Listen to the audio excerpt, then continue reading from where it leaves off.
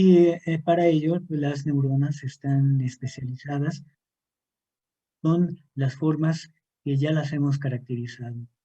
Es decir, tienen un cuerpo y tienen muchas ramificaciones, que son las dendritas, que son los sitios preferenciales para recibir la información.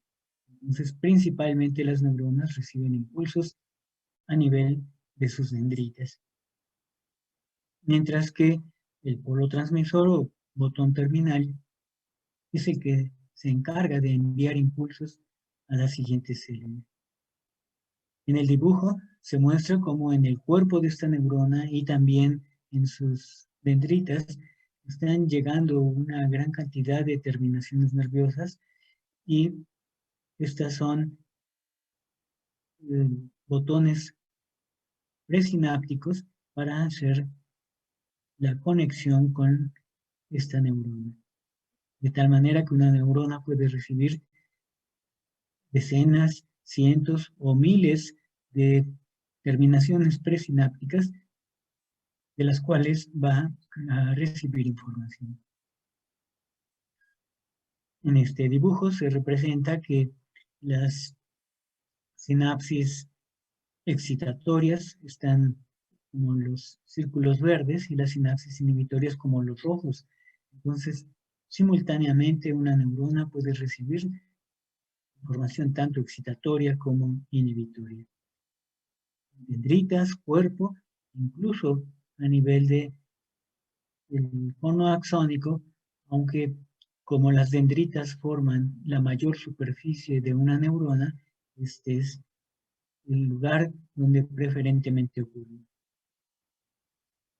Sin embargo, es más fácil localizarlas a nivel del cuerpo, entonces por ello en esta micrografía electrónica aparece un cuerpo neuronal y vean el gran número de terminaciones presinápticas que están llegando a ese lugar. La sinapsis es responsable de la plasticidad de una neurona. ¿Sí? Y en términos generales decimos que la plasticidad neuronal es la capacidad de una neurona de cambiar. Y es un proceso que depende principalmente de su sinapsis.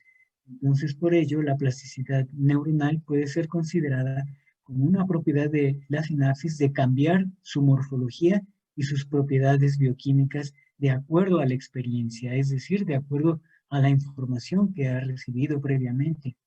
Cambiar su morfología significa que los territorios presinápticos, las fibras presinápticas, sean más abundantes o las regiones posinápticas también sean más amplias y puedan recibir mayor información. Cambiar sus propiedades bioquímicas consistiría en que es mayor el número de neurotransmisores o de receptor a los neurotransmisores. Entonces, estos cambios en la morfología y en las propiedades bioquímicas de la sinapsis dependen de la información que previamente se ha recibido. Esto es a lo que se llama aquí la experiencia. Mientras más se use una sinapsis, más eficiente será. Y esto entonces es lo que vemos aquí. Los cambios en su morfología y en sus propiedades bioquímicas ocasionan cambios en la eficiencia sináptica, en la eficiencia en la transmisión sináptica. Y mientras más se usa una sinapsis, mejor va a funcionar. Y si en cambio esa sinapsis no se usa, entonces su actividad es tan baja que las células de microglia, como veíamos ayer, pueden determinar que esa región es inactiva y entonces fagocitan la sinapsis, terminando con una actividad que es desempeñada.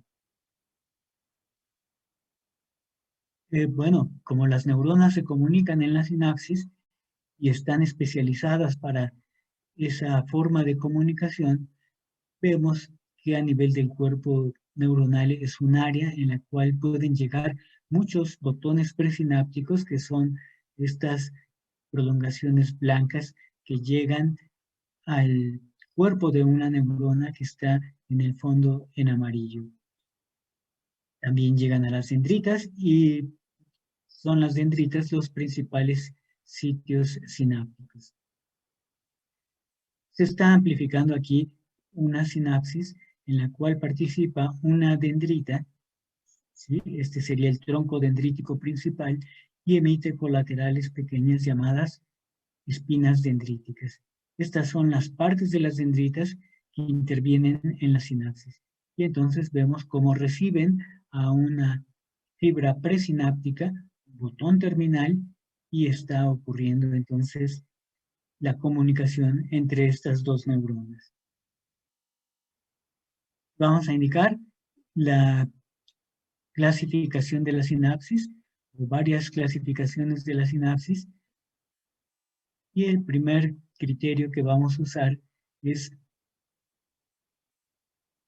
de acuerdo a las células participantes. Tenemos una clasificación de sinapsis de acuerdo a las células que intervienen. Deben ser dos células, una que manda los mensajes y otra que los recibe. Entonces, cuando las dos células son neuronas, entonces se llaman sinapsis interneuronales, y aquí están representándose varias sinapsis entre neuronas. Pero también hay sinapsis entre una neurona y una célula muscular. Estas son las sinapsis neuromusculares.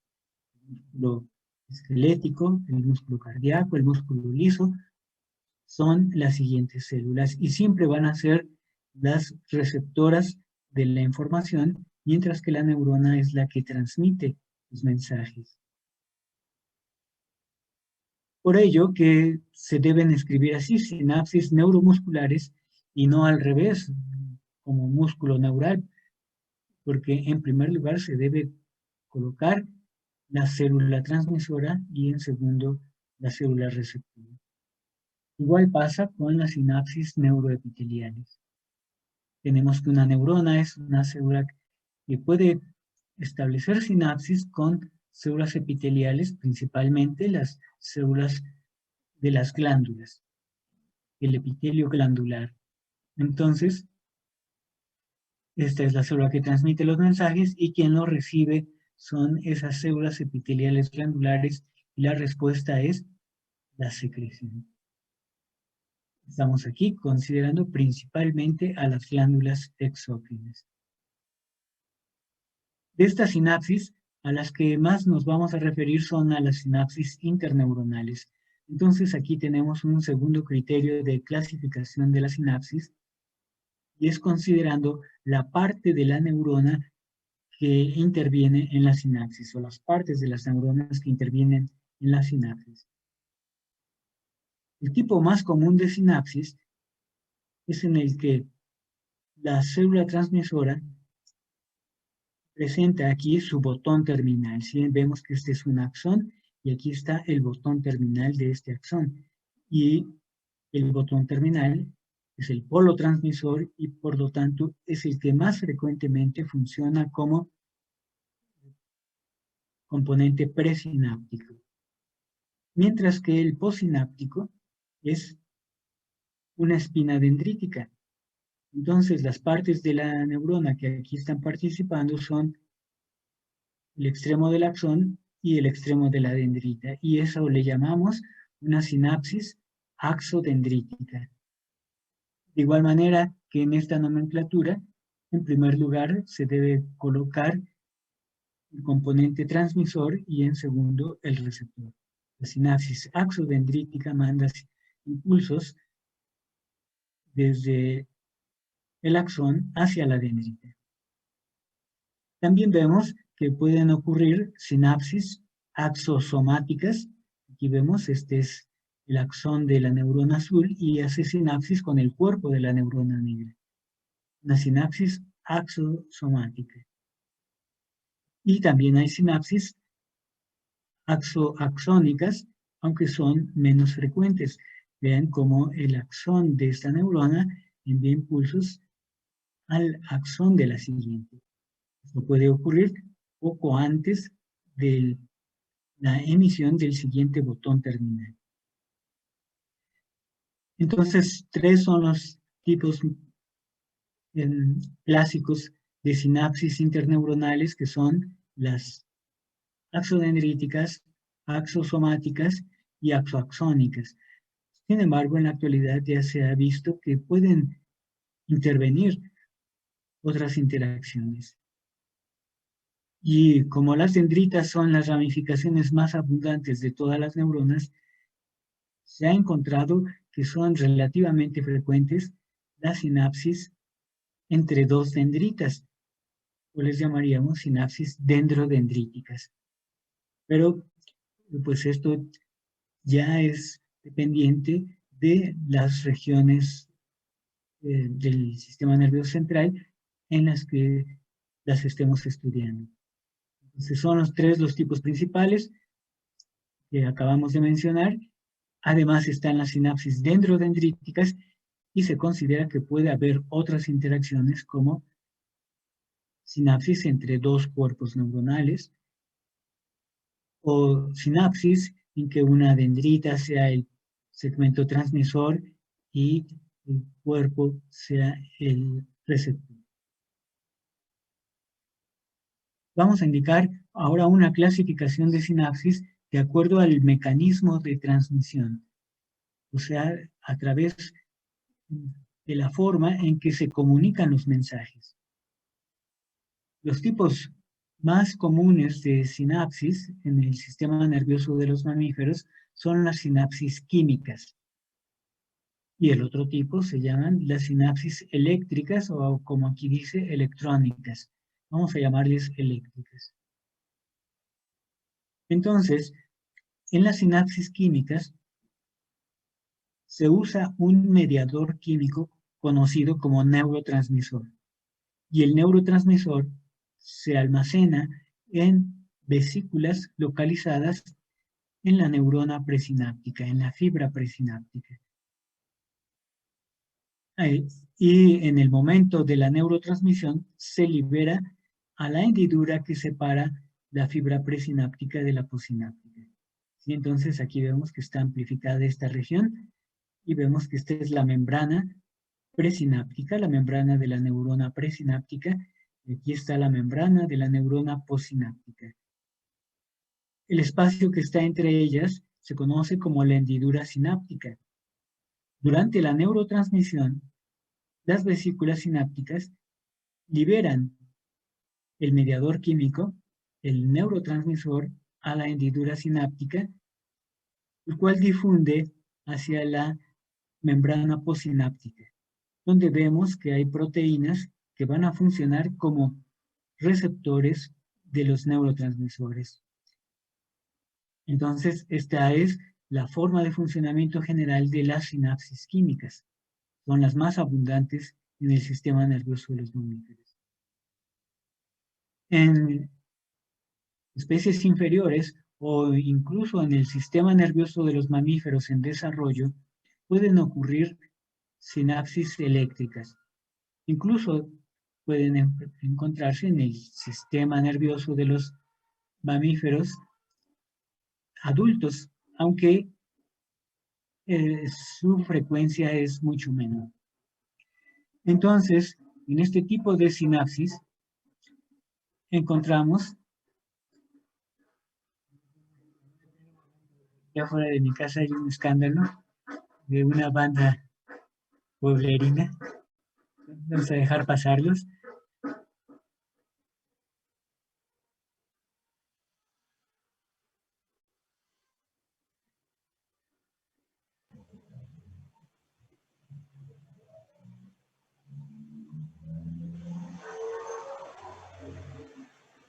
Bueno, creo que ya terminó el desfile. Aquí entonces,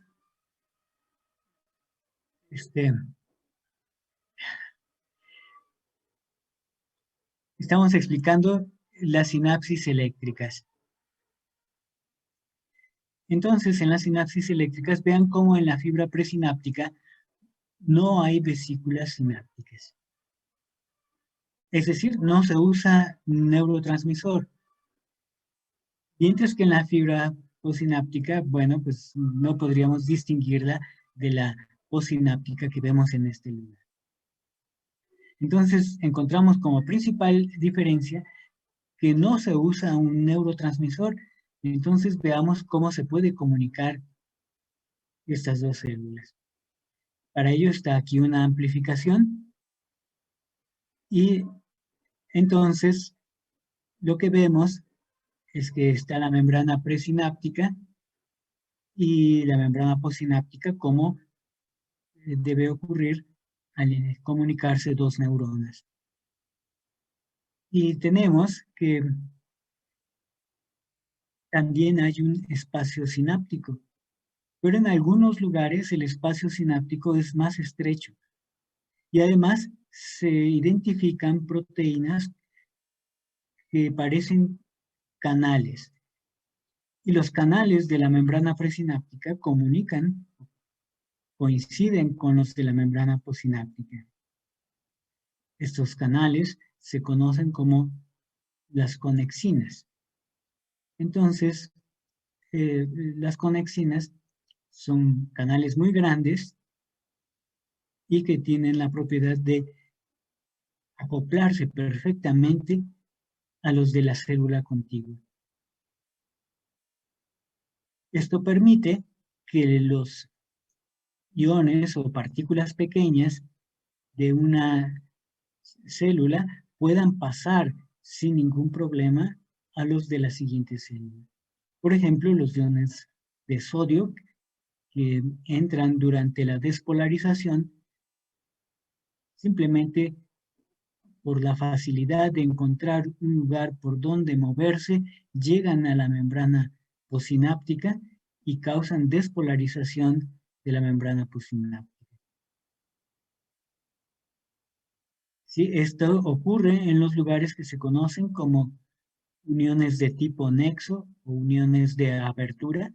Sí, es un tipo de unión intercelular y entonces por la presencia de este tipo de unión ocurre la neurotransmisión sin necesidad de usar un neurotransmisor, simplemente porque hay continuidad entre el citoplasma de las dos células participantes.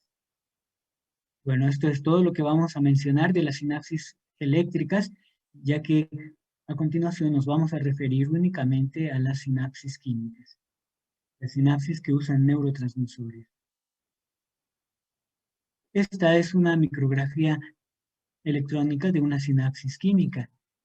Es una vista a muy alto amplificación de una sinapsis química. Fíjense cómo las líneas que representan membranas, aquí vemos la membrana presináptica de un botón terminal o fibra presináptica. Noten cómo se ven las vesículas sinápticas. Aquí vemos una dendrita y la rama pequeña de una dendrita llamada espina dendrítica es la que llega a aproximarse aquí al botón terminal.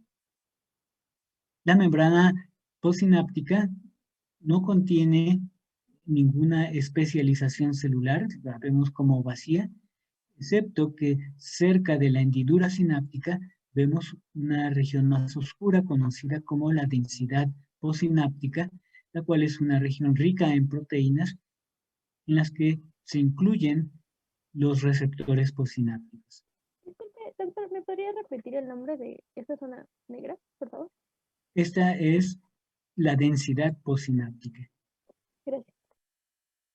Y además noten cómo sí se ve la hendidura sináptica, es un espacio como de unos 20 nanómetros, ¿sí? Es muy reducido, pero ese espacio separa a las células participantes, por ello no podemos decir que una sinapsis sea un sitio de unión entre neuronas.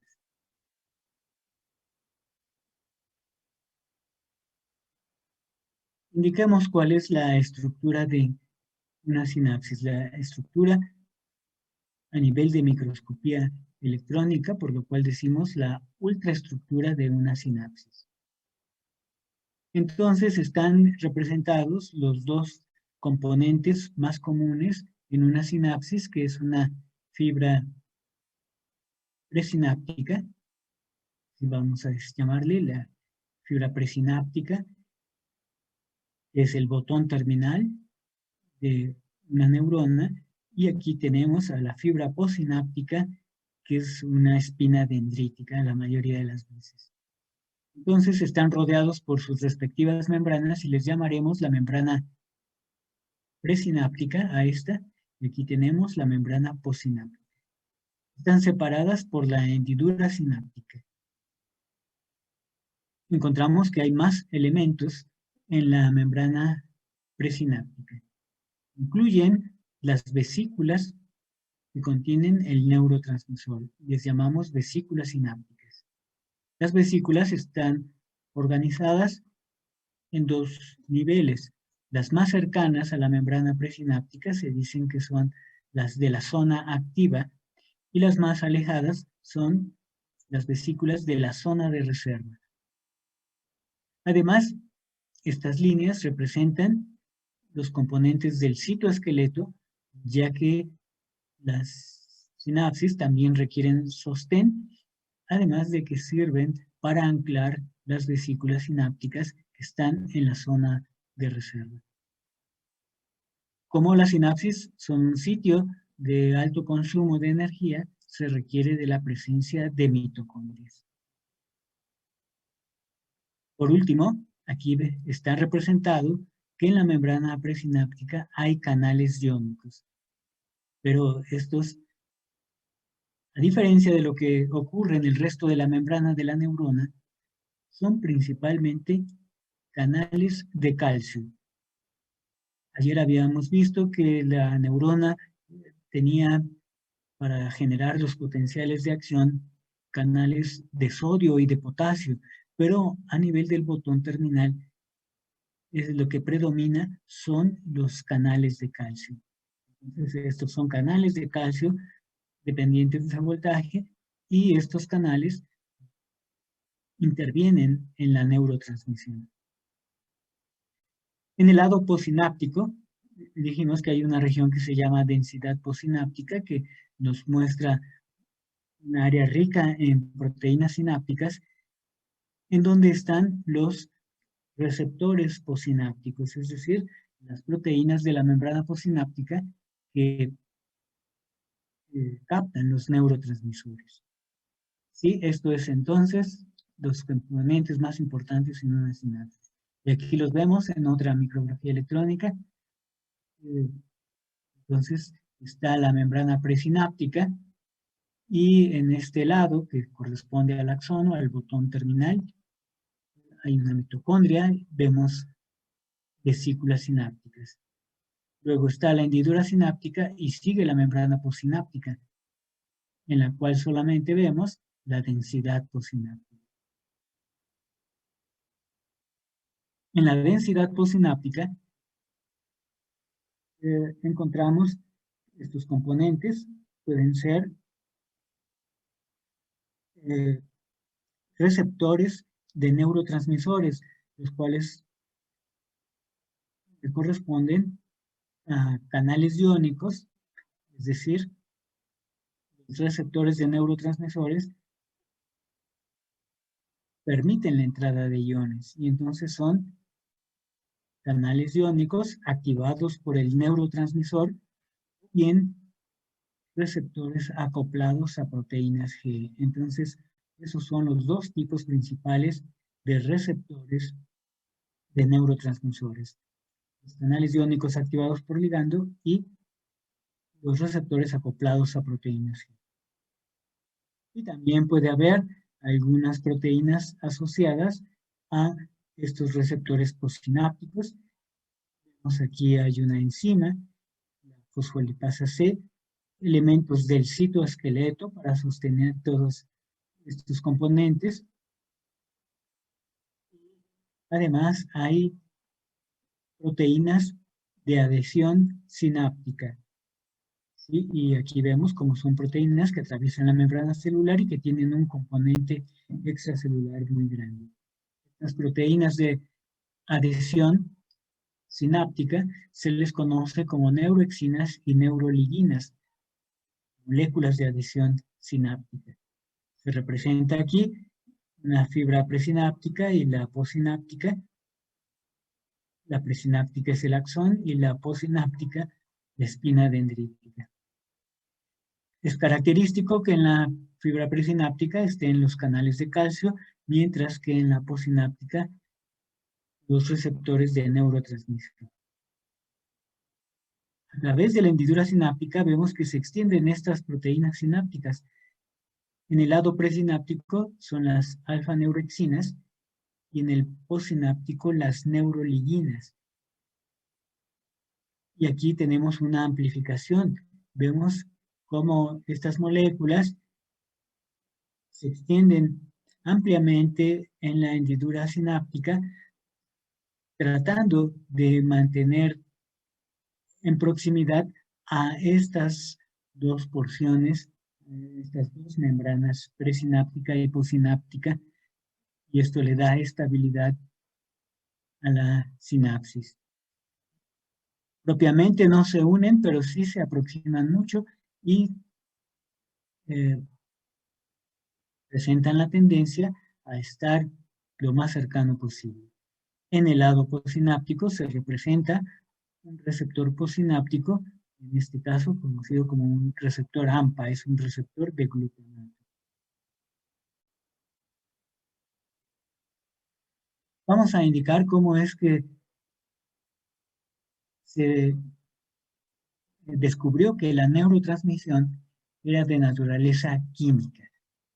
¿Sí? Imagínense pues, cómo se pudo llegar a realizar este hallazgo. Esto fue hecho hace casi 100 años por un fisiólogo alemán, Otto Levy, aquí anotado, que recibió el premio Nobel en 1936 precisamente por descubrir que la neurotransmisión es a través de un mecanismo químico. Y lo hizo usando un experimento como el que se muestra aquí. Es curioso que él cuenta que al estar obsesionado por descubrir cuál era el mecanismo de la neurotransmisión, una noche soñó un experimento para descubrirlo. Y se despertó muy emocionado y en el primer papel que encontró escribió el experimento y luego se fue a dormir. A la mañana siguiente se acordó de su sueño, buscó el papel y encontró que se veían puros rayones, no había nada que se entendiera. Y bueno, pues eso lo dejó muy triste porque ya había descubierto en su sueño cómo era la neurotransmisión. Pero algunos días después volvió a soñar lo mismo, pero esta vez, en vez de escribirlo, se fue directamente a su laboratorio y realizó el experimento que aquí aparece. El experimento consiste en colocar en un vaso, como aquí aparece, en una solución fisiológica, el corazón de una rana, en el cual se ha conservado su inervación por parte del vago. Entonces, cuando se estimula con un electrodo el nervio vago, se mandan los impulsos hacia el corazón y si es un mecanismo químico, el neurotransmisor se libera aquí en el corazón, pero también puede difundir hacia la solución en la cual está bañado. El efecto, aquí lo notamos, vean, el corazón cuando se ha extraído tiene la capacidad de latir por sí mismo y aquí vemos los latidos de ese corazón que se ha extraído. Y cuando se aplica un estímulo, cuando se aplica el estímulo que aquí aparece, se observa la respuesta, se nota el efecto del vago, que es de disminuir el latido cardíaco. Y así dura durante cierto tiempo y al terminar el efecto se recupera su latido basal. Para saber que la neurotransmisión era química, entonces lo que hizo fue disecar otro corazón de rana, pero en este no conservó el nervio vago. Es un corazón completamente desnervado. Sin embargo, para ver el efecto del neurotransmisor, lo que hizo fue comunicar los dos vasos por medio de este tubo y después de haber estimulado el primer corazón, abrió la llave para que esa solución fisiológica llegara al segundo corazón que no tiene ninguna inervación, pero se observa que después de latir de manera basal durante cierto tiempo, al ir difundiendo el neurotransmisor, el segundo vaso, aparece el efecto inhibitorio de la acción del nervio vago. Algo similar a lo que estábamos viendo aquí. Entonces se concluyó que la neurotransmisión es a través de un mecanismo químico y el neurotransmisor que aquí se está estudiando es la acetilcolina, pero ellos no tuvieron la capacidad de poder identificar esa sustancia, lo cual ocurrió hasta varios años después. En la actualidad se conocen una gran cantidad de moléculas que funcionan como neurotransmisores. Aquí aparecen las más importantes. Entonces podemos decir que son moléculas pequeñas como la acetilcolina. Desde el punto de vista químico se le define como un éster de la colina. Hay monoaminas como estas: dopamina, noradrenalina, adrenalina, serotonina, histamina, las cuales la mayoría de las veces dependen de la descarboxilación de un aminoácido, es decir, se originan de aminoácidos. O bien hay aminoácidos que funcionan como neurotransmisores: el glutamato, el aspartato, la glicina y el ácido gamma aminobutírico o GABA. Antes hemos mencionado que el glutamato es el principal neurotransmisor excitatorio del sistema nervioso central y el GABA, el principal neurotransmisor inhibitorio. Hay otros que pueden funcionar como neurotransmisores, como el ATP y como el óxido nítrico. Además, hay neuropéptidos, o sea, el neurotransmisor es una pequeña cadena de aminoácidos. Por ejemplo, las encefalinas, que vemos que son dos, una llamada LEU y la otra metencefalina, son pentapéptidos, o sea, están formados de 5 aminoácidos, o la beta-endorfina con 32 aminoácidos.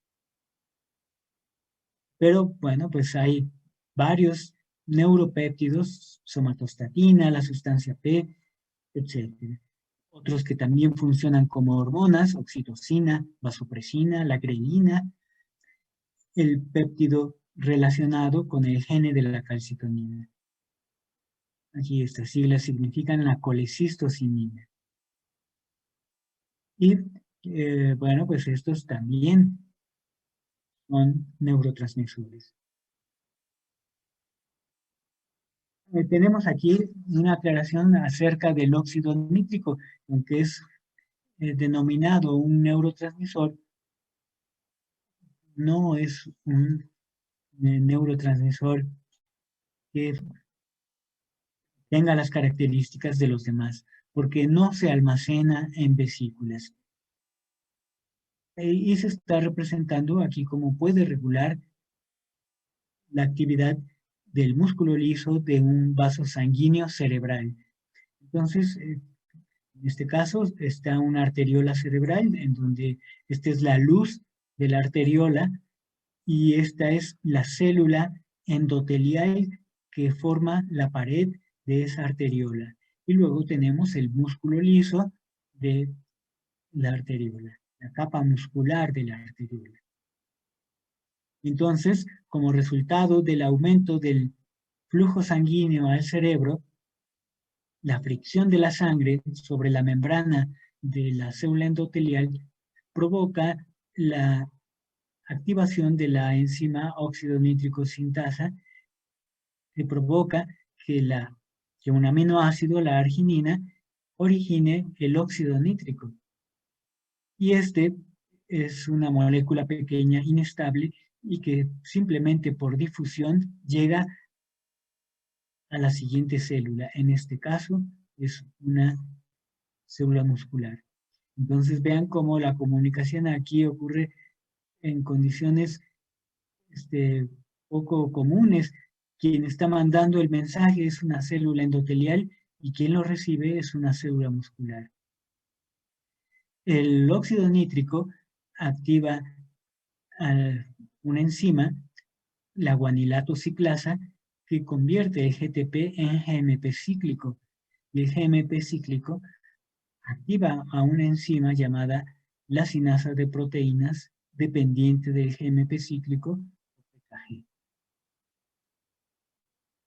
Una enzima de tipo sinasa lo que hace es fosforilar una proteína y en este caso fosforila un canal de calcio, con lo cual se reduce su actividad y se presenta la relajación del músculo. Entonces, ante el aumento del flujo sanguíneo en el cerebro, la respuesta va a ser la relajación de la pared muscular, con lo cual se va a reducir el flujo sanguíneo cerebral y se mantiene entonces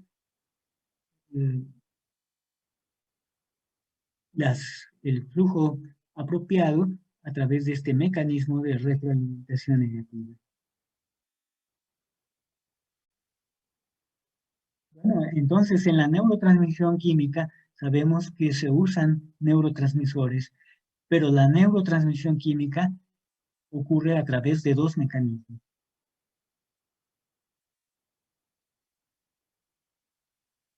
Tenemos en este lado un mecanismo inotrópico y aquí un mecanismo metabotrópico.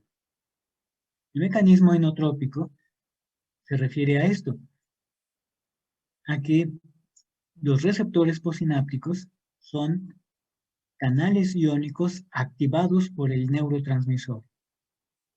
O dicho de otra manera, son canales iónicos activados por ligando. Cuando el neurotransmisor se pega al canal iónico, este cambia su configuración. Y vean aquí, el canal está cerrado y cuando se unen dos moléculas de neurotransmisor, se abre el orificio del canal y entonces los iones pueden entrar. En el mecanismo ionotrópico, entonces, están las vesículas sinápticas en la membrana presináptica y se liberan el neurotransmisor a la llegada de impulsos nerviosos. El neurotransmisor entonces difunde hacia la membrana posináptica y se pega al receptor posináptico.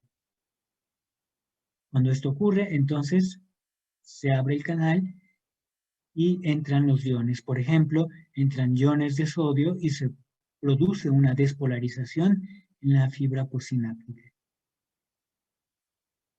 Y este es el mecanismo inotrópico.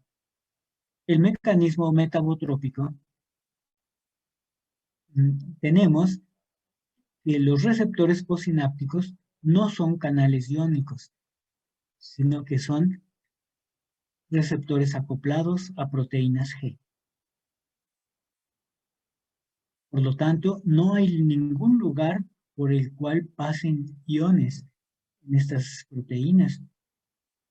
Por lo tanto, los cambios en el potencial de membrana van a ser indirectos. Se requiere de pasos adicionales para que la neurona posináptica genere un potencial posináptico, como se les llama a los que ocurren en la membrana posináptica. Entonces, al liberarse el neurotransmisor, llega al receptor acoplado a proteína G, que en condiciones de reposo Aquí vemos la proteína G que tiene asociada y en reposo está unido a GDP.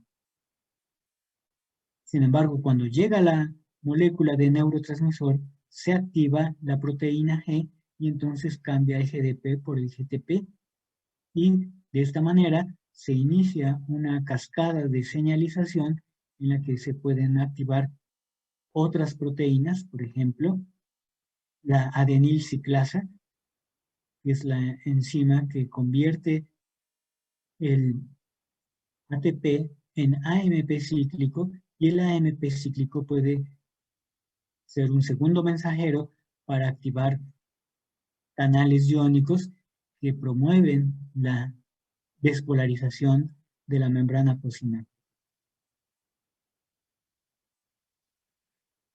Un neurotransmisor puede usar diferentes tipos de receptores postsinápticos e incluso vemos que, Perdón, doctor, ¿cuál era la acción de MPC cíclico para promover la despolarización de la membrana?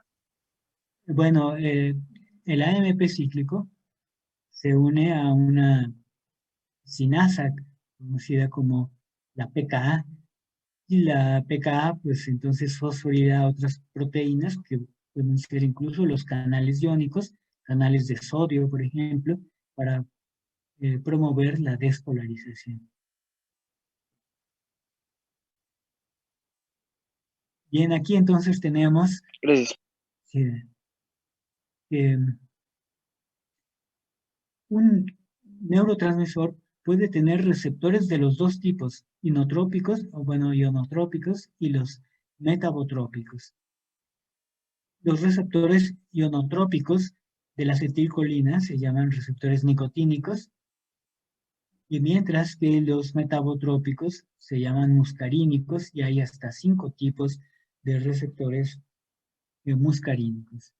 Es decir, este es un canal iónico activado por acetilcolina, y este es un receptor acoplado a proteínas G activado por la acetilcolina. El glutamato, como el principal neurotransmisor excitatorio, puede actuar en 3 tipos de receptores ionotrópicos: AMPA, NMDA y decainato. Es decir, estos son canales iónicos activados por el glutamato. Pero además tiene sus receptores metabotrópicos llamados mGlu, y son hasta 8 tipos de receptores mGlu. El GABA, el neurotransmisor inhibitorio, tiene un tipo ionotrópico y otro metabotrópico. La glicina solo tiene ionotrópicos y vemos que la dopamina y la noradrenalina solo tienen receptores metabotrópicos.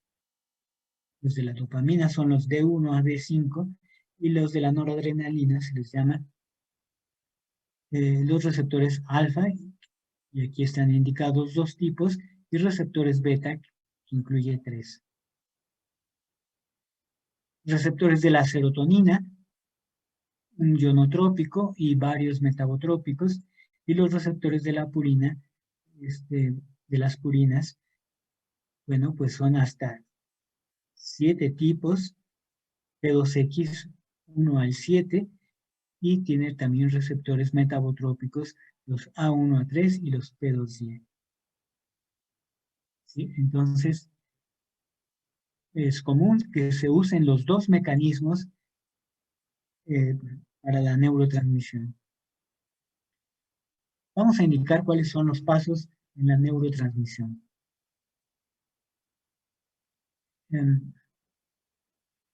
Está representado una sinapsis, aquí la fibra presináptica y aquí la fibra postsináptica. Vemos las vesículas sinápticas en la zona de reserva y también están en la zona activa. Y en la membrana presináptica identificamos los canales de calcio. También se representa que está llegando un impulso nervioso. El impulso nervioso que hemos visto incluye una despolarización dependiente de la entrada de sodio y una repolarización dependiente de la salida de potasio. Entonces, el primer paso es la llegada del impulso nervioso. el impulso nervioso despolariza la membrana presináptica, donde están los canales de calcio dependientes de voltaje. Y ese impulso nervioso, que es un cambio de voltaje, va a activar los canales de calcio. Entonces, el primer paso es la llegada de los impulsos nerviosos. Al activarse los canales de calcio, entonces entra calcio.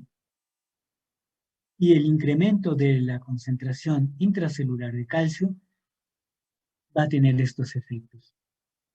Por un lado, va a promover que se liberen vesículas sinápticas que están en la zona de reserva. Notamos cómo se liberan y se aproximan o pasan a la zona activa. Y las que están en la zona activa se pegan a la membrana presináptica. Todo esto dependió de la entrada de calcio.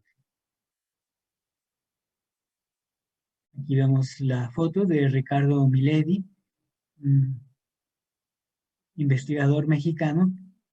Bueno, murió en el año 2017. Y él, junto con el Premio Nobel de Medicina Bernard Katz, descubrieron que la neurotransmisión es un proceso dependiente de calcio.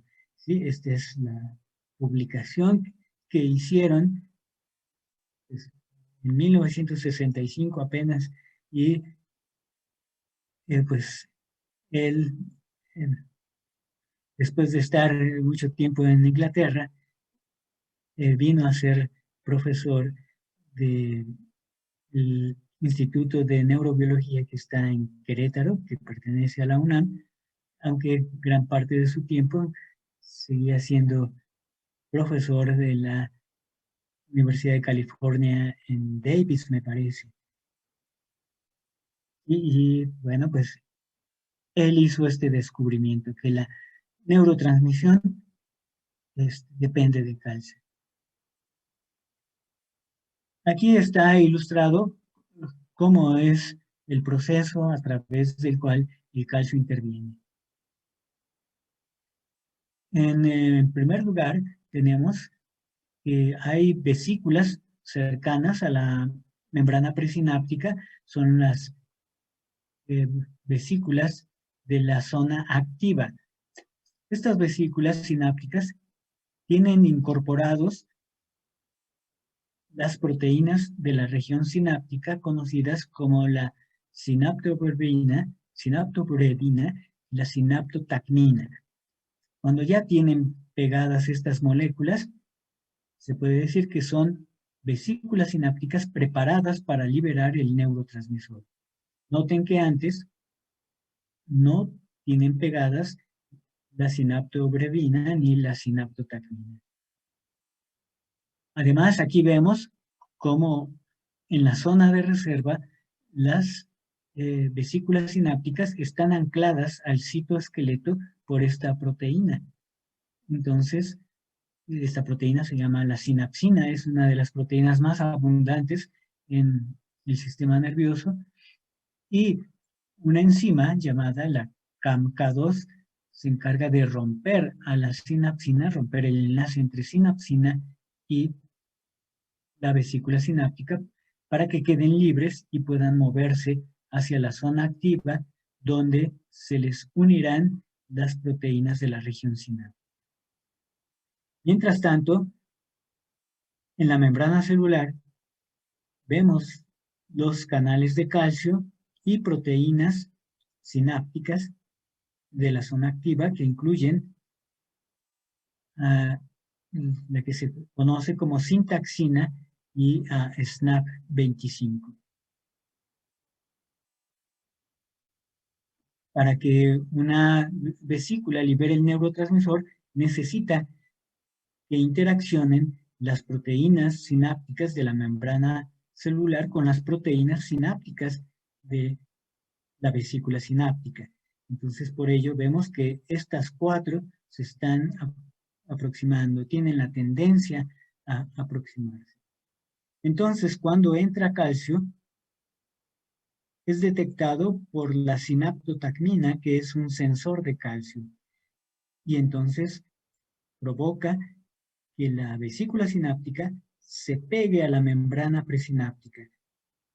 Y cuando se unen estas dos membranas, se forma una abertura por la cual se libera el neurotransmisor.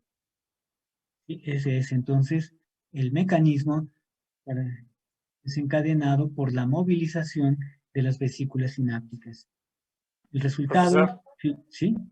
perdón, una duda. ¿Qué necesitaba la vesícula para que libere su contenido? ¿Con qué necesitaba interactuar? Bueno, que se pegue la vesícula, que se pegue la membrana de la vesícula a la membrana presináptica. Como son de naturaleza lipídica, al pegarse las porciones lipídicas se fusionan y se genera la abertura. Y todo esto es provocado por el calcio que entró. Si se usa un bloqueador de los canales de calcio, se evita la neurotransmisión. ¿Era eso lo que me Gracias. preguntabas? Perdón, ¿cuál era la enzima que cortaba la sinapsina para mover a las vesículas a la zona de acción? Bien, se llama la CAMK2, quiere decir esto, la sinasa 2 dependiente de calcio y calmodulina. Este proceso también requiere de calcio. CAMK2 es entonces.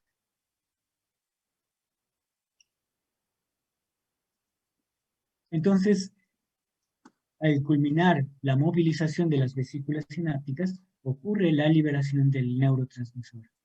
El neurotransmisor difunde por la hendidura sináptica a favor de su gradiente de concentración, es decir, de donde está muy concentrado a donde está menos concentrado, que es en la membrana postsináptica. Y entonces activa a los receptores postsinápticos, que en este ejemplo están representados como receptores ionotrópicos, es decir, canales iónicos activados por el neurotransmisor. Cuando dos moléculas del neurotransmisor se pegan al receptor postsináptico, el canal se abre y permite, por ejemplo aquí, la entrada de sodio. Al entrar sodio se produce una despolarización, pero es solamente una despolarización local. Entonces vean el tipo de respuesta que ocurre. Es parecido a un potencial local. Entonces, la despolarización provocada por la entrada de sodio se conoce como un potencial local, y por ocurrir este potencial local en la membrana postsináptica se le conoce como potencial postsináptico excitatorio. Sabemos que los potenciales locales se propagan con decremento y entonces este potencial viaja a lo largo de la membrana reduciendo su magnitud y tiene la posibilidad de extinguirse. Entonces significa que la liberación del neurotransmisor y la activación de los receptores postsinápticos no asegura que la información pase a la siguiente célula, ya que la única respuesta son este tipo de potenciales postsinápticos. Entonces, para que se forme un potencial de acción en la neurona postsináptica, se requiere del proceso de sumación, que veremos un poco más adelante. La sumación ocurrirá a nivel del cono axónico. Sin embargo, vimos que algunos neurotransmisores son inhibitorios. Entonces, deberíamos encontrar otro tipo de respuesta. Y entonces, eso es lo que se ilustra de este lado. En una sinapsis excitatoria, tenemos que se está registrando su potencial de membrana, que es de menos 70 milivolts en este caso, pero en este punto se agrega acetilcolina y entonces se observa una despolarización y repolarización. pero vemos que solamente llega aquí a menos 60 milivolts. Es decir, es una respuesta pequeña llamada potencial local. Pero como ocurre aquí en la membrana postsináptica, a ese potencial local se le llama potencial postsináptico excitatorio. Y que dijimos que se necesita de la sumación de varios de ellos para que formen un potencial de acción a nivel del cono axónico en la neurona postsináptica. Pero en algunos lugares la acetilcolina tiene efecto inhibitorio. Y entonces veamos que si después de estar en reposo durante este tiempo de esta neurona se le aplica acetilcolina, notamos que la respuesta es hacerse más negativo.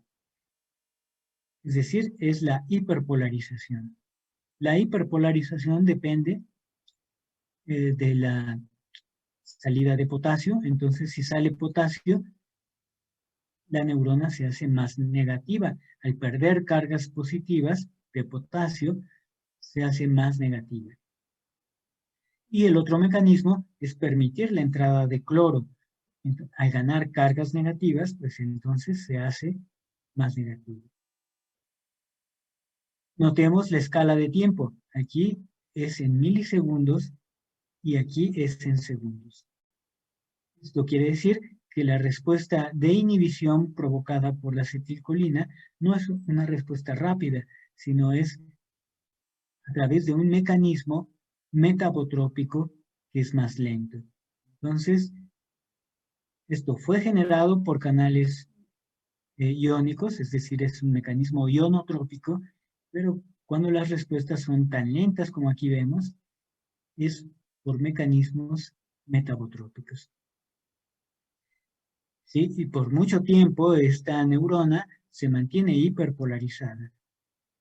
Y esta es una forma de provocar un periodo refractario relativo en la neurona, es decir, un tiempo en el cual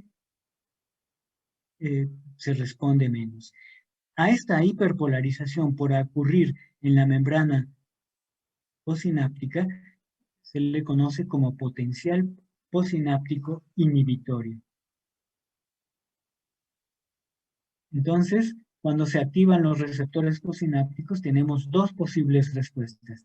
Si el neurotransmisor es excitatorio, la respuesta es un potencial postsináptico excitatorio, y si se libera un neurotransmisor inhibitorio, la respuesta es un potencial postsináptico inhibitorio.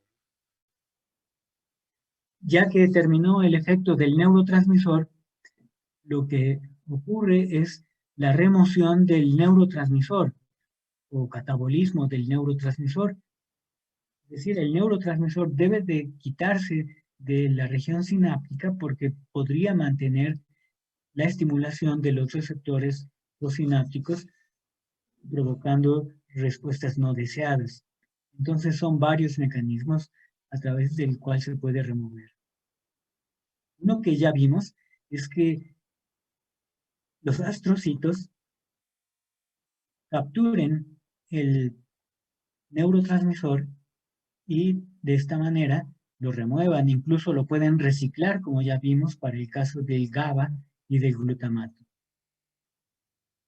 Y el otro mecanismo es que lo recapture la fibra presináptica reutilizándolo, y también tenemos que puede ser capturado por la fibra postsináptica y, bueno, pues metabolizarse. Con esto entonces concluye el proceso de neurotransmisor. Bueno, ya llevamos como 1 hora de clase, pero como de este tema no nos falta mucho. Entonces vamos a terminar el tema y con esto de la clase. Entonces vamos a extendernos unos 20 a 30 minutos más si es que no tienen alguna inconveniente.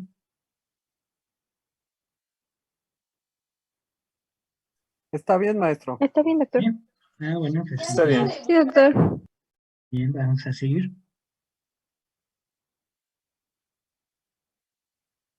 Bueno, decíamos que la liberación de un neurotransmisor excitatorio provoca un potencial postsináptico excitatorio en la fibra postsináptica, más no un potencial de acción. Entonces, el potencial postsináptico excitatorio, como es un potencial local, se puede extinguir y no acompañarse de alguna respuesta sostenida en la célula postsináptica. Para que se forme un potencial de acción a nivel del cono axónico, es necesario el proceso de sumación. Y hay dos formas de sumación, y estamos hablando de la sumación de potenciales postsinápticos excitatorios. Para ello tenemos aquí un experimento en el que una neurona, vean cómo está recibiendo a varias fibras presinápticas llamadas de F1 a F5. Y estamos registrando aquí el potencial de membrana de la neurona amarilla, de la neurona postsináptica. Entonces, vemos que es un potencial que está en el rango de menos 70 milivolts aproximadamente en condiciones de reposo. Y en 50 se está marcando el nivel de descarga, menos 50 el nivel de descarga, es decir, la magnitud umbral, el voltaje al cual la despolarización lenta se convierte en despolarización rápida, que es la característica de un potencial de acción. Solamente cuando se llega al nivel de descarga se puede formar una despolarización rápida típica del potencial de acción. Entonces, si estimulamos a la fibra 1, si descarga solamente la fibra 1, se observa este potencial local. Es una respuesta pequeña que se extingue y desaparece. Entonces, la información que envió la fibra 1 a la neurona amarilla, cuando depende únicamente de la fibra 1, pues no es apoyada por ninguna otra fibra y entonces se extingue la respuesta. Ahora tenemos que si la fibra 2 descarga, se forma un potencial postsináptico excitatorio casi de la misma magnitud que el de la fibra 1. Pero si antes de que se repolarice, ¿sí ven? Antes de que baje el potencial postsináptico excitatorio, descarga la fibra 3, entonces vean que se produce un incremento adicional del potencial. Llega a un voltaje menos negativo. Y ahora se indica que si descargan juntas las fibras 1 a 4, descargan de esta manera, primero la fibra 1, luego la fibra 2, la 3, se hace una como escalera en la que cada vez se está llegando a un nivel más alto, porque cada una de las fibras está descargando justo antes de que la repolarización ocurra. Entonces, cuando descarga la fibra 4, noten cómo alcanza a llegar al nivel de descarga y por lo tanto se forma el potencial de acción. Entonces decimos que la sumación temporal es la descarga sucesiva de varias fibras presinápticas hasta alcanzar el nivel de descarga. ¿Sí? Entonces, descargó la 1, la 2, la 3, la 4, y como cada una de estas descargas ocurrió antes de que decreciera la respuesta anterior, se pudo llegar al nivel de descarga. Esta es entonces la sumación temporal. La descarga sucesiva de varias fibras presinápticas hasta llegar al nivel de descarga.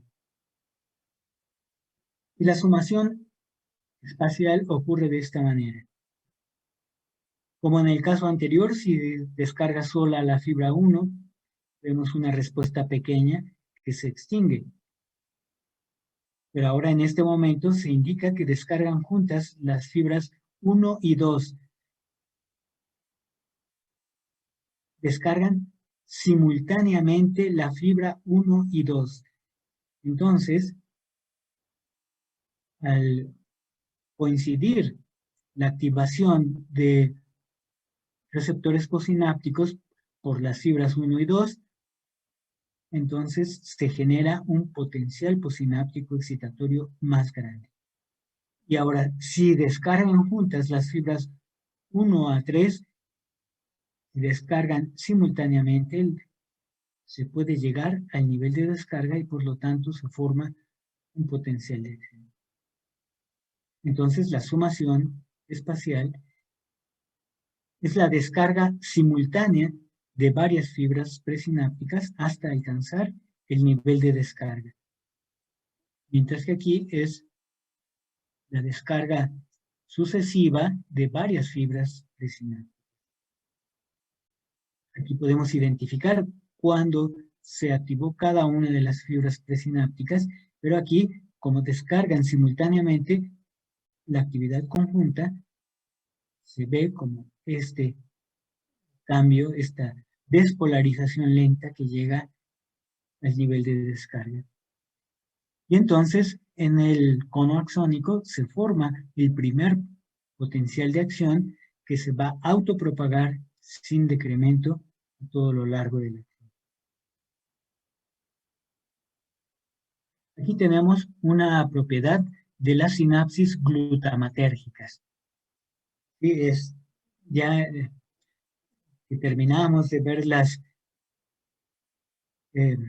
fases de la neurotransmisión, los eventos más importantes de la neurotransmisión, ahora estamos viendo las propiedades de la sinapsis. La sumación es una propiedad de las sinapsis excitatorias y la potenciación a largo plazo es una propiedad de las sinapsis glutamatérgicas. Entonces, esta propiedad se ha estudiado en el hipocampo y se considera que es importante para la función de memoria. Y aquí entonces se representa una sinapsis glutamatérgica. Entonces aquí en las vesículas sinápticas se almacena glutamato, el cual se libera durante la neurotransmisión. Aquí están los receptores ionotrópicos de glutamato. Habíamos visto que son 3 tipos. Y aquí aparecen 2 tipos, los receptores AMPA y los receptores NMDA. Ambos son canales iónicos activados por el glutamato. Cuando la fibra presináptica tiene descargas esporádicas, aquí vemos la llegada esporádica de potenciales de acción, la liberación de glutamato únicamente causa la activación de los receptores de tipo AMPA. Y entonces vemos la respuesta que es un potencial posináptico excitatorio pequeño, dependiente de la entrada de sodio. ¿Sí? Cuando el glutamato se une al receptor AMPA, el canal se abre y entra sodio, provocando este potencial. Sin embargo, cuando la estimulación es continua, cuando la estimulación es de gran intensidad, continuamente se está liberando glutamato. Y entonces, además de activarse los receptores AMPA, se recluta la actividad de los receptores NMDA. Estos habitualmente no participan porque su canal está bloqueado por un ion magnesio. Cuando la estimulación es de alta intensidad, se expulsa el ion magnesio y entonces el canal del receptor NMDA es permeable y a diferencia del receptor AMPA que solo permite la entrada de sodio, este permite la entrada de sodio y de calcio. Esta diferencia es importante porque el aumento de la concentración intracelular de calcio va a promover cascadas de señalización que pueden provocar cambios en la transcripción genética en la transcripción genética de las proteínas sinápticas y entonces mejorar la eficiencia de estas sinapsis. Y a través de este proceso puede ocurrir la memoria. Entonces, supongamos que queremos aprender la unidad 1 del sistema nervioso, pero estudiamos hoy y de aquí no estudiamos sino hasta la próxima semana. Pues entonces únicamente se va a presentar actividad de baja intensidad en las sinapsis glutamatérgicas del hipocampo y eso no sirve para nada, ¿sí? Solamente para mandar unos impulsos de vez en cuando. Pero si estudiamos con gran intensidad todos los días, ocurre que se recluta la actividad de los receptores NMDA y esto tiene efectos sobre la transcripción genética en estas neuronas. Se sintetizan más proteínas sinápticas, más receptores NMDA y esta sinapsis se hace más eficiente y se aprende más y se memoriza más. Esa es la relevancia de la potenciación a largo plazo. Pero las sinapsis también pueden ser inhibitorias, entonces aquí tenemos la propiedad de inhibición que es de dos tipos. La inhibición directa y la inhibición indirecta. Esta es presináptica y esta es postsináptica. La inhibición directa es simplemente la presencia de sinapsis inhibitorias, sinapsis que liberan neurotransmisores inhibitorias. Entonces, vean, mientras que las fibras azules representan sinapsis excitatorias, al activarse causan potenciales postsinápticos excitatorios. Cuando se activa la fibra 5, que es inhibitoria, se produce una hiperpolarización a la que le llamamos potencial postsináptico inhibitorio. Y como ocurre esta sinapsis sobre la neurona amarilla, entonces directamente se está inhibiendo a la neurona amarilla. Durante el tiempo que esté hiperpolarizada en la membrana, esta neurona, podríamos decir que está en periodo refractario relativo y por lo tanto le cuesta más trabajo formar impulsos nerviosos. Mientras que la inhibición indirecta o postsináptica es este tipo de organización. En que pues está que la fibra 1 es excitatoria para la neurona amarilla, pero la fibra 1 tiene una sinapsis axoaxónica en este lugar.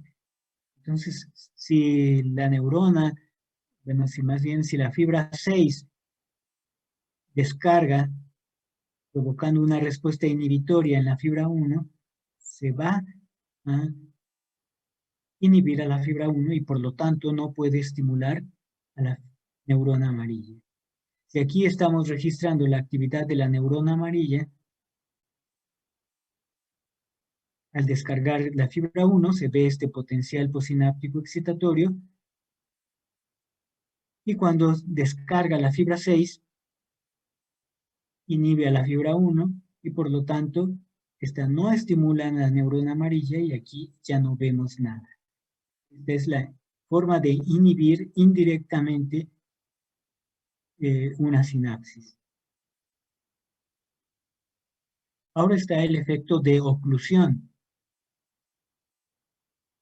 ¿Sí? Entonces aquí vemos que consiste en lo siguiente. Si descarga la fibra 1 se presenta estimulación, como aquí vemos. Si descarga la fibra 4, que es inhibitoria, se presenta inhibición. Y ahora si descargan, según este ejemplo, 2 fibras excitatorias y 2 fibras inhibitorias, no vemos ninguna respuesta. Esto es la oclusión. Cuando la descarga de las fibras excitatorias y fibras inhibitorias es igual a cero. Se dice cuando la suma algebraica de la descarga excitatoria e inhibitoria es igual a 0, eso es la oclusión. Entonces, si la neurona amarilla recibe igual número de impulsos excitatorios e inhibitorios, entonces ella simplemente no descarga, no presenta ninguna respuesta. Convergencia y divergencia son propiedades que nos muestran el arreglo de una sinapsis. Entonces vemos que el fenómeno de convergencia consiste en que una neurona recibe impulsos de varios orígenes y entonces esto da como resultado cierto tipo de actividad. ¿Sí? Entonces esta neurona va a sumar información que provienen de 3 sitios distintos para que se controle su actividad. Y en cambio aquí vemos como una neurona a través de la divergencia puede descargar sobre 3 en este ejemplo. Entonces la información que lleva la envía a 3 sitios diferentes. Puede controlar la actividad de 3 neuronas diferentes y esto es el fenómeno de divergencia. Esparcir la información a un grupo neuronal más amplio. Algo que es muy usado es que los fármacos pueden afectar la actividad sináptica. Las sinapsis son sensibles a fármacos. Muchos medicamentos usados para diferentes padecimientos tienen como base el modificar la actividad sináptica. Entonces aquí se tiene como ejemplo el betanecol, que aquí dice que es un análogo de la acetilcolina. Entonces el betanecol, igual que la acetilcolina, el betanecol es un éster de la colina parecido a la acetilcolina, y entonces tiene la propiedad de unirse a los receptores colinérgicos y estimularlos, como aquí aparece. Entonces, por ejemplo, el betanecol es un medicamento usado para activar las sinapsis colinérgicas del tubo digestivo y tratar el hilo paralítico. O, por ejemplo, aquí tenemos el salbutamol, es un estimulante de los receptores beta-2 adrenérgicos. Estos receptores son del tipo receptor acoplado a proteína G. Entonces el salbutamol, igual que lo hace naturalmente la noradrenalina, se une a ellos y los activa. El salbutamol es un medicamento que se usa, por ejemplo, para producir broncodilatación en el tratamiento del asma.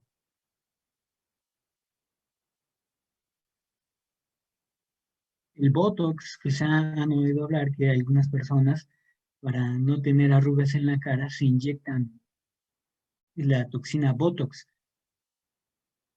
Y lo que hace esta toxina es alterar la movilización de las vesículas sinápticas. Entonces, el Botox, aquí representado por estas figuras negras, lo que hace es destruir a la sintaxina que vimos, es una de las proteínas de la región sináptica, y al destruirla, entonces, no puede ocurrir la interacción con las otras proteínas de la región sináptica que están en la vesícula sináptica. Entonces, no hay liberación de neurotransmisor y el músculo, que sería la célula posináptica, se paraliza y al no contraerse se le borran las arrugas de la cara a esa persona. El ciconotide es un compuesto emparentado con una toxina de un caracol marino y bueno, este es ahora un medicamento llamado Prialt, que sirve para curar formas intratables de dolor. Entonces, el ciconotide lo que hace es bloquear los canales de calcio. Están en las neuronas nocioceptoras.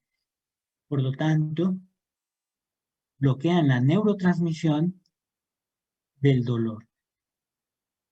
Y pues aunque esta neurona quiera mandar impulsos de dolor, que es una modalidad sensorial muy importante, ya que refiere el daño a nuestros tejidos, pues no puede ocurrir la neurotransmisión, porque si se bloquean los canales de calcio, pues no hay calcio para movilizar las vesículas. Y es lo que encontró en sus trabajos Ricardo Millet. Incluso aquí vemos cómo la cocaína, una droga, puede afectar la neurotransmisión. En este caso, bloquea la recaptura de dopamina. Dijimos que el catabolismo o remoción del neurotransmisor es la fase final de la neurotransmisión. En este caso, el neurotransmisor está representado por estos puntos rojos y es la dopamina. Se liberó aquí por esta vesícula sináptica, es captado por el receptor postsináptico o receptor de dopamina, receptor dopaminérgico. Vimos que había 5 tipos de receptores dopaminérgicos y después de que termina su efecto, es recapturado el neurotransmisor, o sea, la dopamina, y luego empaquetado nuevamente en vesículas sinápticas. Y tenemos que este es el transportador de dopamina y este es el transportador vesicular de dopamina. La cocaína, que es una droga, lo que puede hacer es bloquear al transportador de dopamina. ¿Sí? Aquí lo vemos, cómo está bloqueando a los transportadores de dopamina y por lo tanto la dopamina que se libera no puede ser recapturada. Se mantiene en la hendidura sináptica y continuamente está activando a los receptores dopaminérgicos y esta sinapsis se encuentra muy activa en presencia de la cocaína. Esto ocurre en neuronas de una región del cerebro conocida como el núcleo accumbens. Y este núcleo, cuando se estimula, nos hace sentir muy bien, ¿sí? Es un centro del placer, ¿sí? Nos hace pues, sentir que somos los mejores y por ello que la activación de cocaína de estas neuronas, la activación por dopamina de estas neuronas, ocasiona un estado de estimulación, un estado de placidez. Por ello, una persona que toma cocaína, pues quiere seguir tomándola porque la hace sentir muy bien, pues se activan las neuronas de este centro de la placidez, que es el núcleo accumbens. Una propiedad Perdón, más es que doctor, ¿sí? una pregunta. ¿La dopamina es la que se produce en el área tegmental del mesencéfalo? Y también ese es otro lugar donde hay liberación de dopamina. Y bueno, estas terminales dopaminérgicas pueden provenir del área tegmental ventral del mesencéfalo. ¿Sí? Gracias. Sí. Bueno, la conducción unidireccional quiere decir que los impulsos solo pueden ir de la fibra presináptica a la postsináptica. No puede ocurrir al revés porque la neurona postsináptica no tiene vesículas sinápticas, no tiene neurotransmisor y la fibra presináptica no tiene receptores de neurotransmisor. Entonces los impulsos solamente van en esa dirección. La fatiga sináptica, ¿sí? Que se refiere al agotamiento del neurotransmisor. Si una sinapsis se usa intensamente y la velocidad de su uso supera la velocidad de síntesis del neurotransmisor, llega un momento en que se agota el neurotransmisor y esa sinapsis ya no manda impulsos. afortunadamente, la recuperación de los niveles de neurotransmisor puede ser muy rápido, en el orden de 1 minuto llega a recuperar. El retardo sináptico. Esto se refiere al tiempo que tardan en ocurrir los eventos en la sinapsis. El tiempo que tarda en que la fibra presináptica mande el impulso y que se genere una respuesta en la fibra prosináptica. Puede ser de 150 a 500 microsegundos. Entonces aquí se están indicando todos los eventos que suceden durante la sinapsis y la suma de ellos puede llegar a ser 500 microsegundos. Entonces el tiempo en el cual se forma un potencial de acción en la fibra presináptica y el que se genere un potencial de acción en la fibra postsináptica. 500 microsegundos. Las sinapsis son sensibles a la hipoxia, ¿sí? Por ello que requieren la presencia de mitocondrias. Bueno, más bien, como en las mitocondrias se consume el oxígeno para la producción de compuestos de alta energía, pues son sensibles a la hipoxia. Aquí se está mostrando la actividad neuronal en neuronas en cultivo que han sido expuestas a la hipoxia durante estas horas.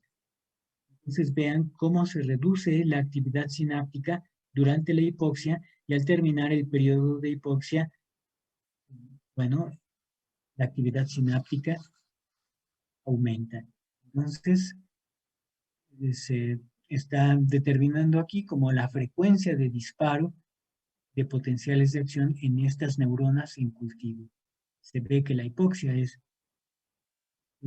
algo que altera la descarga sináptica. Bueno, y aquí pues vamos a relacionar la hipoxia cerebral con cambios que ocurren a nivel de la sinapsis. Aquí se están mostrando áreas de hipoxia cerebral que puede ser generada por la enfermedad cerebral isquémica crónica, y esto se acompaña de un deterioro cognoscitivo, y esto es el resultado del daño sináptico. Vean la cascada de eventos que ocurre durante la hipoxia. Si hay menos oxígeno, se produce menos ATP.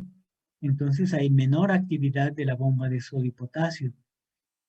Y por lo tanto, si funciona menos la bomba de sodio y potasio, el potasio se queda en el exterior. Y esto ocasiona un aumento del potasio extracelular, causa despolarización. Y si se despolariza una neurona, se libera glutamato en grandes cantidades. Esto aumenta la concentración intracelular de calcio porque se activan los receptores NMDA, que son permeables al calcio, y se activan enzimas de vías catabólicas, incluyendo las enzimas llamadas caspasas que causan la muerte celular. Se presenta una lesión neuronal y pues la lesión neuronal activa a las células de microglia. Se remueven las células dañadas y esta persona presentará un deterioro cognoscitivo, ya que su región del hipocampo es una de las más sensibles a la hipoxia. Esta serie de eventos que están indicados aquí se conoce como la excitotoxicidad. ¿Sí? Una excesiva liberación de glutamato desencadenado por la hipoxia.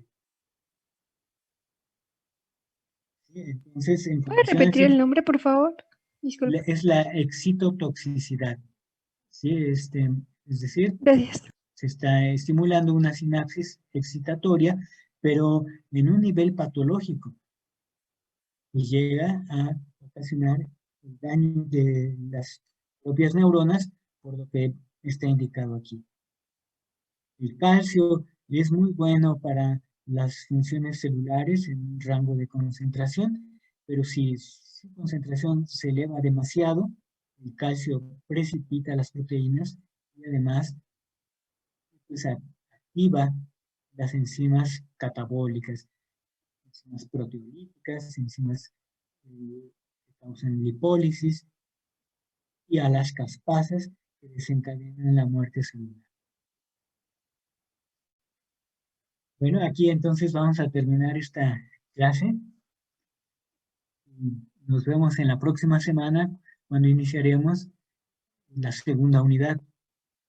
Entonces, Doctor, una pregunta. ¿sí? Lo que es la acidosis y la alcalosis, en el caso de esto de la fatiga, ¿también intervienen?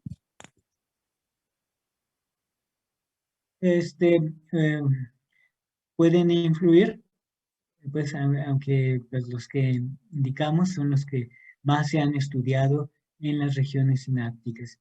Sí, les puede afectar disminuyendo la actividad sináptica.